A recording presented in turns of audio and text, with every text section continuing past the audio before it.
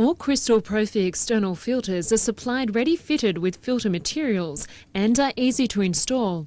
The filter materials ensure that the water is cleaned highly effectively and pollutants are biologically degraded, guaranteeing reliable operating conditions for your aquarium. The generous-sized filter containers provide more room for filter materials than many comparable models and therefore ensure the best possible filter performance for your aquarium. Filter materials of any kind can be used in the easily removable basket insets. The cross-section of the filter container is designed for improved water flow, while an even current ensures the best possible utilisation of the filter material. A layer of specially constructed filter bores on the bottom of the filter container distribute the incoming aquarium water and cause turbulence. This creates areas of still water amongst and between the filter bores where coarser particles of pollutants become trapped, protecting the flowing of finer filter material from damage. As a result, the filter materials are effective for a longer period of time. Separate hose connections which can be swiveled 360 degrees with stopcocks and fast connections allow the hoses to be easily positioned according to the particular conditions and enable the filters to be removed easily for maintenance.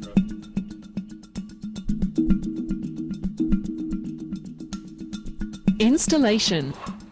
Remove the filter, then separately wrapped hoses, stopcocks and other parts from the packaging and assemble as follows.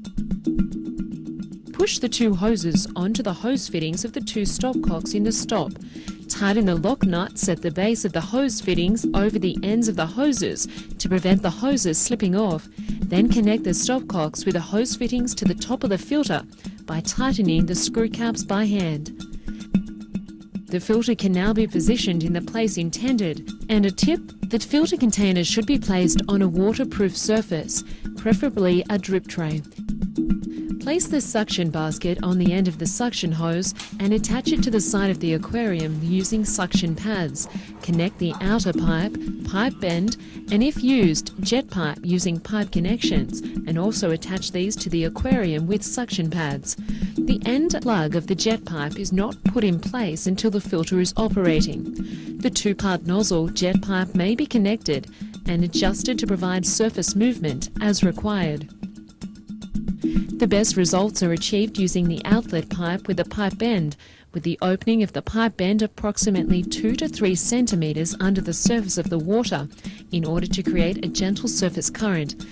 Attention must be paid to the following. The distance in the height between the surface of the water and the floor of the filter must not exceed 180 centimetres maximum. Cut the pipe to the required length and connect the suction and outlet pipes.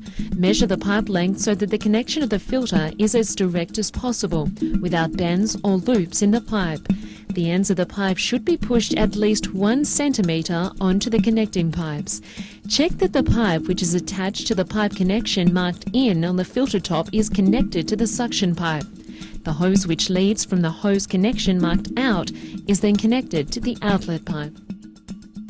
Before the assembled filter can be connected to the power supply, the air must first be expelled from the filter system.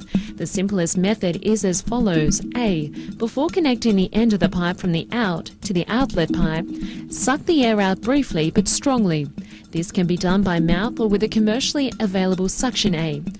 When the water can be clearly heard running into the filter container, connect the free end of the pipe with the outlet pipe. Once water can be seen rising in the pipe on the outlet pipe, the filter can be connected to the power supply. An even stream of water should flow out of the outlet pipe.